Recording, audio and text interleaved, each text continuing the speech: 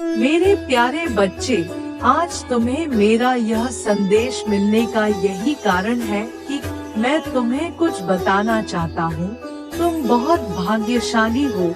मैं जानता हूँ कि तुम्हें मेरी बातों पर विश्वास नहीं होगा, क्योंकि अभी तुम्हारे जीवन में बहुत सी समस्याएं चल रही है।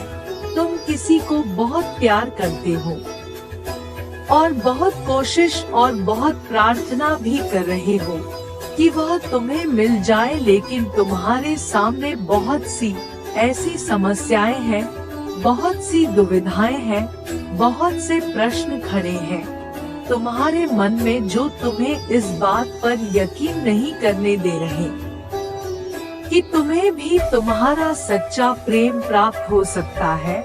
मैं तुम्हें बताना चाहता हूँ कि मैंने तुम्हें चुन लिया है अपने विशेष आशीर्वाद के लिए। आज मैं तुम्हें वो सब प्रदान करूँगा जो तुम मुझसे मांग रहे थे। तुम्हें मेरी पूरी बात ध्यान से सुननी है और मुझ पर विश्वास रखना है। तुम्हें मुझसे जितनी भी शिकायतें और नाराजगी है, वह सभी नाराजगी मैं स्वयं दूर करूँगा। मैं तुम्हें कहने आया हूँ कि तुम अपने दिल की हर एक बात आज मुझसे कह दो। मैं आज तुम्हारी हर बात सुनूंगा। तुम्हें तुम्हारे कष्टों से मुक्ति अवश्य प्राप्त होगी। तुम ऐसा मत सोचो कि मैं तुम्हारी सुन नहीं रहा या मैं तुम्हारी पीड़ा नहीं देख रहा।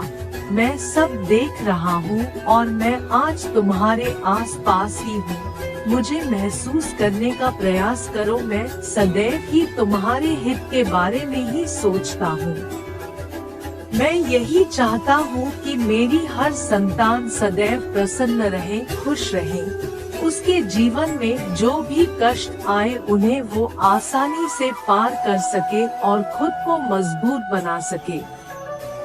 तुम्हें कभी कभी ऐसा लगता होगा कि मैं तुम्हारी प्रार्थनाओं को नहीं सुन रहा हूँ, ना ही मैं तुम्हें कोई जवाब दे रहा हूँ। तुम प्रतिदिन मेरी आराधना कर रहे हो, लेकिन फिर भी मैं तुम्हारे कष्टों को कम नहीं कर रहा। मेरे बच्चे, ऐसा नहीं है। हर चीज समय पर ही प्राप्त होती है। जब उचित समय आएगा तब तुम्हें वह सब भी प्राप्त होगा। जिसकी इच्छा तुम आज और अभी कर रहे हो, मुझे पता है तुम्हें क्या चाहिए। मैं देख रहा हूँ तुम बार बार अपनी भक्ति पर ही सवाल करते हो। मुझसे भी बार बार कहते हो कि ऐसा कौन सा बुरा काम किया था तुमने जिसकी मैं तुम्हें इतनी बुरी सजा दे रहा हूँ। एक छोटी सी इच्छा है तुम्हारी और मैं उसे भी पूरा नहीं कर रहा।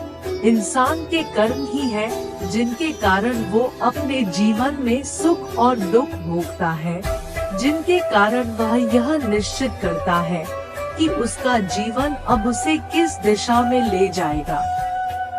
मेरी बात को ध्यान से सुनो और एक बार पुरानी बातों पर ध्यान दो। क्या तुमसे भूल नहीं हुई?